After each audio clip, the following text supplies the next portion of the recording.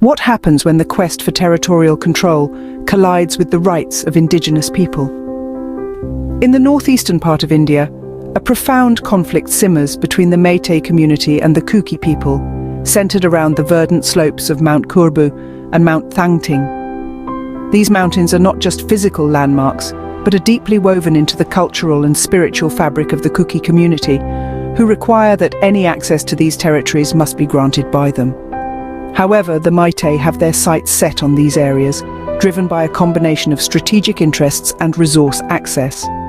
The inability to freely access these lands has led to a series of confrontations and tactics that range from the use of force to the implementation of what many consider to be unjust laws. These actions are seen as attempts to undermine the sovereignty of the Kuki people over their ancestral lands. As tensions simmer, the methods employed to assert dominance become more complex and contentious. Moreh, a bustling commercial hub, stands at the heart of a fierce struggle. This town, vital for its economic vibrancy and strategic location, has become a flashpoint in a contentious battle over territory and control. Nestled on the border, Moreh serves as a crucial gateway for trade between India and neighbouring countries, making it not just a commercial asset, but a geopolitical prize. The Meitei, driven by ambitions to expand their influence, see controlling Moreh as pivotal to their broader territorial aspirations. Their strategy involves more than mere occupation. It's about integrating Moreh into their economic and administrative framework. This move, however, is met with staunch resistance from the Kuki community, who view their land as sacrosanct, tied deeply to their identity and autonomy. The Kukis stand firm, determined to protect their historical territories from what they perceive as aggressive encroachments by the Meitei. The tension over Moreh is not merely a local issue, but echoes larger themes of sovereignty and cultural preservation. For the Kukis, Moreh represents more than just soil. It is a symbol of their heritage and a bastion against cultural assimilation. On the other side, the Meitei's push to control the area is seen as a critical step in securing economic dominance and strategic depth in the region. In Moreh, the fight is not just over land, but over the future economic lifeline of an entire community. When force meets immovable resistance, the battleground shifts to the corridors of power. In the complex tapestry of Manipur's socio-political landscape, the Meitei community's tactics evolve from direct confrontation to more subtle, yet equally forceful political strategies. At the heart of this shift is the portrayal of the Kuki community. By labeling them as illegal immigrants and refugees, the Meitei seek to undermine the Kukis' historical and legal claims to their ancestral lands. This narrative maneuver is not merely about redefining identities, but is a calculated move to sway public opinion and policy. The implications of such labeling are profound, affecting everything from land rights to political representation. It's a classic example of how in the game of power, words can sometimes serve as the sharpest weapons. Further complicating the scenario is the alleged involvement of the central government. The Meitei are reported to leverage their political connections, pushing for interventions that could tip the balance in their favour.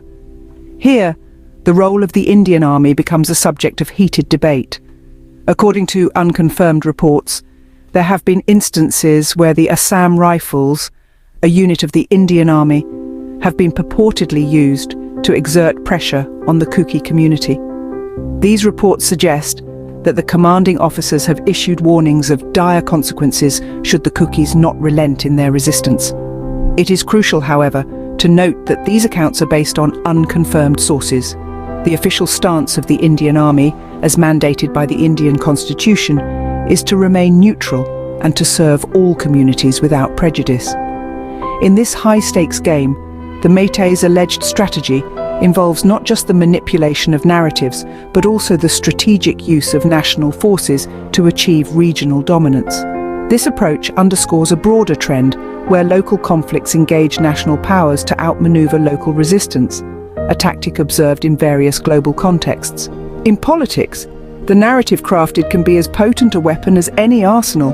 The spectre of military involvement looms large over this conflict. In the intricate web of territorial disputes between the Meitei and the Kuki, the role of the Indian Army introduces a complex layer of influence and power. Rumours swirl about a significant shift in military policy, the withdrawal of the Indian army from established buffer zones, coupled with the alleged arming of the Meitei community. Should these rumours hold true, the implications could be profound. Imagine the region, already simmering with tension, now bracing for the potential of heightened conflict. The rumoured arming of between 100,000 and 200,000 Meitei raises alarming questions about the future of peace in the area. Such a move could lead to a dramatic escalation, transitioning from sporadic skirmishes to sustained, organised conflict. The principle of neutrality, enshrined in the Indian constitution, mandates that the military must serve all communities impartially. However, the alleged warning from an Assam Rifle commanding officer to the Kuki, suggesting dire consequences if they do not yield, casts a shadow on this constitutional safeguard. These unconfirmed reports, if true, hint at a disturbing shift towards using the military as a tool for achieving political objectives, rather than as defenders of national integrity. With the shadow of military intervention, the crisis escalates from a local dispute to a national concern. The potential for an armed Meitei community engaging in prolonged conflict could destabilize not just the immediate area, but could ripple across the broader geopolitical landscape, affecting countless lives and the very fabric of regional stability. As the dust refuses to settle, the future remains uncertain for both the Meitei and the Kukis. The struggle for territorial sovereignty in India's northeast has woven a complex tapestry of conflict and confrontation, interlaced with the threads of history, ethnicity and politics. This narrative, fraught with tensions, reveals the profound challenges of managing diverse communal interests within the bounds of a single nation-state. The Meitei's attempts to access key mountainous territories without the consent of the Kuki people, employing both force and questionable legal strategies, underscore a fierce battle over land that is sacred and strategic to both communities. The town of Moreh, a bustling commercial hub, stands as a stark symbol of this conflict. Here, the Kuki's resolve to maintain control clashes with the Meitei's ambitions, spotlighting the intense pressures on a town pivotal to regional trade and economic vitality.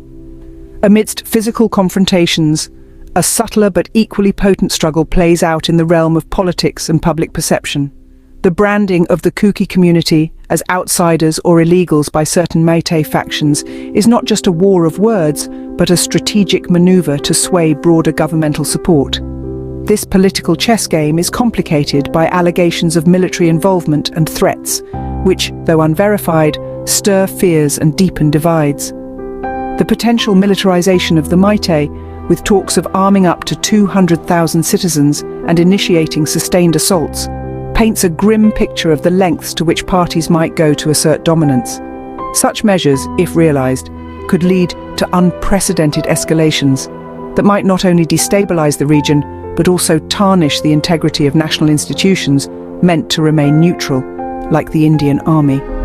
Reflecting on these developments, it becomes evident that the path to peace is fraught with ethical quandaries and the need for a resolution that respects the rights and dignities of all involved.